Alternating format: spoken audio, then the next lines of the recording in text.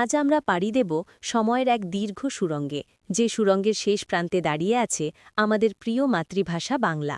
আমরা যে ভাষায় কথা বলি, রাগ করি কিংবা ভালোবাসার কথা জানাই, সেই বাংলা ভাষা ঠিক কবে, কোথায় এবং কিভাবে জন্মেছিল, এই প্রশ্নের উত্তর খুঁজতে আমাদের ফিরে যেতে হবে আজ থেকে প্রায় ৫,০০০ বছর আগের এক পৃথিবীতে।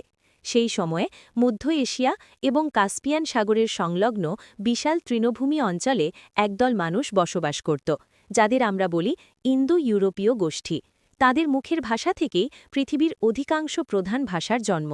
সেই বিশাল ভাষার বৃক্ষ থেকে একটি ডাল দক্ষিণ পূর্ব দিকে ভারতের দিকে অগ্রসর হয়, যাদের আমরা বলি আর্য। এই আর্যরা যখন ভারতে আসে, তারা তাদের সাথে করে নিয়ে আসে বৈদিক ভাষা।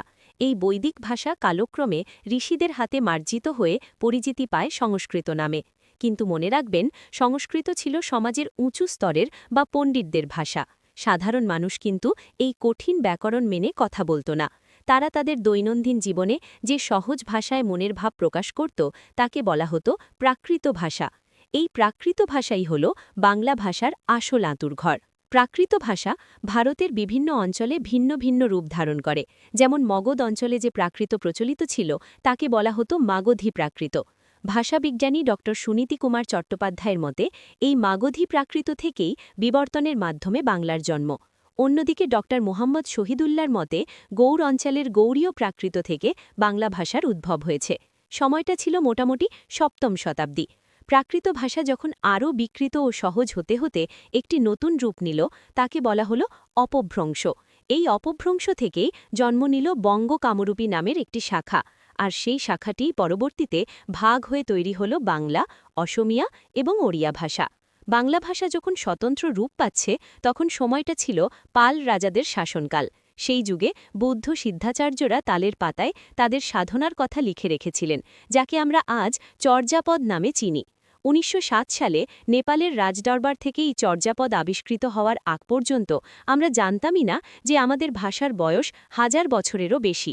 চর্যাপদের সেই ভাষা আজকের আধুনিক বাংলার মতো ছিল না।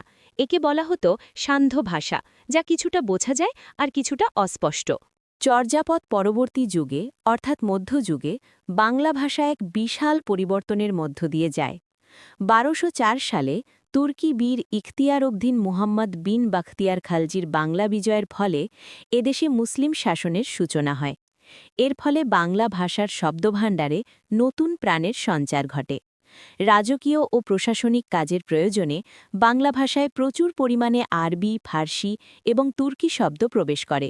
সুলতানি আমলে বিশেষ করে সুলতান আলাউদ্দিন হোসেন শাহের মতো শাসকদের পৃষ্ঠপোষকতায় বাংলা ভাষা রাজদরবারে সমাদৃত হয়। এ সময় রচিত হয় শ্রীকৃষ্ণ কীর্তন, চণ্ডীমঙ্গল, ধর্মমঙ্গল এবং মনসামঙ্গলের মতো অমর কাব্যগ্রন্থগুলো।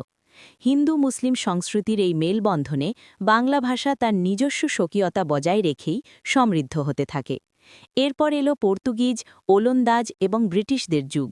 ব্যবসা বাণিজ্যের প্রয়োজনে ইউরোপীয়রা যখন এদেশে এলো, তাদের হাত ধরে এলো আনারস, আলমারি, চেয়ার, টেবিল, সাবান এবং বালতির মতো হাজার হাজার শব্দ, যা আজ আমাদের ভাষার অবিচ্ছেদ্য অংশ। অষ্টাদশ এবং ঊনবিংশ শতাব্দীতে বাংলা ভাষা এক নতুন বাঁক নেয়।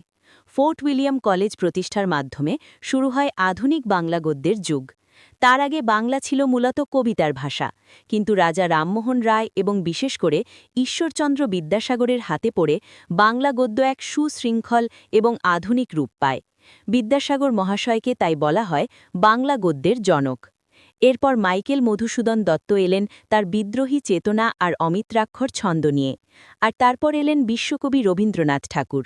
তিনি বাংলা ভাষাকে কেবল শব্দের সমষ্টি থেকে তুলে নিয়ে বিশ্ব সাহিত্যের দরবারে এক পরম উচ্চতায় বসালেন। ১৯১৩ সালে তার নোবেল বিজয় প্রমাণ করল যে বাংলা ভাষা পৃথিবীর অন্যতম শ্রেষ্ঠ ও ঐশ্বর্যশালী ভাষা। আধুনিক যুগে এসে কাজী নজরুল ইসলাম তার লেখনীর মাধ্যমে বাংলা ভাষায় এক নতুন তেজ ও দ্রোহের সঞ্চার করলেন। তবে বাংলা ভাষার ইতিহাস কেবল বিবর্তন আর কাব্যচর্চার ইতিহাস নয়, এটি এক চরম ত্যাগেরও ইতিহাস। ১৯৪৭ সালে দেশভাগের পর যখন আমাদের ওপর জোর করে অন্য ভাষা চাপিয়ে দেওয়ার চেষ্টা করা হয়েছিল, তখন ১৯৫২ সালের ২১শে ফেব্রুয়ারি বাংলার দামাল ছেলেরা রাজপথে নিজেদের রক্ত ঢেলে দিয়েছিল মায়ের ভাষার সম্মান রক্ষা করতে। সালাম, বরকত, রফিক, জব্বারের সেই রক্তের বিনিময়ে আজ বাংলা আন্তর্জাতিক মাতৃভাষা দিবসের স্বীকৃতি পেয়েছে সারা বিশ্বে। আজ প্রায় ৩০ কোটি মানুষের মুখের ভাষা এই বাংলা। এটি এখন কেবল একটি অঞ্চলের ভাষা নয়, বরং সিয়েরা লিওনের মতো দূর দেশেরও দ্বিতীয় রাষ্ট্রভাষা। আজকের ডিজিটাল যুগে বাংলা ভাষা ইন্টারনেটের মাধ্যমে ছড়িয়ে পড়ছে পৃথিবীর কোনায় কোনায়।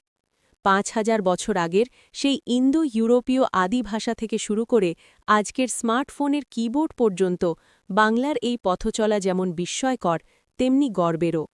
আমাদের দায়িত্ব এই সমৃদ্ধ ভাষাকে ভালোবাসা, শুদ্ধভাবে চর্চা করা এবং ভবিষ্যৎ প্রজন্মের কাছে এর মর্যাদা অক্ষুণ্ণ রাখা। কারণ আমাদের ভাষা কেবল কথা বলার মাধ্যম নয়, এটি আমাদের পরিচয়, আমাদের অস্তিত্ব।